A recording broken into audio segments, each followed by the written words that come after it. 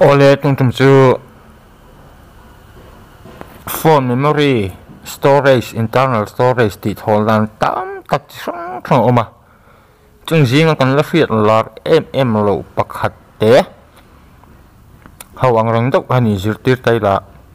hey Facebook kan khoi do veka tin Facebook lite mang application mang hi kan tam mai ne chung ho te pol lo tang o i Facebook live kan open la achunga emi line pathum oma hian lut la nai menu a hian clear space ti om hi an click le la ta hian enanga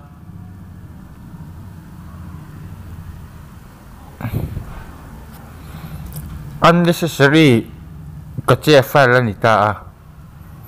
kan thia thiam tur chuanin a tangkai to lo file x chia ani 10.18 MB alo omri clear la achungi tik la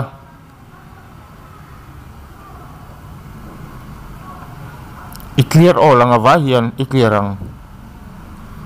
kanin an check ma la eng mo zat om karing Facebook khoi hem tam page ang khoi kam lem lo Facebook hi tikhan eng mo zat in memory i save don nia thil ho te ma ni sela ole lome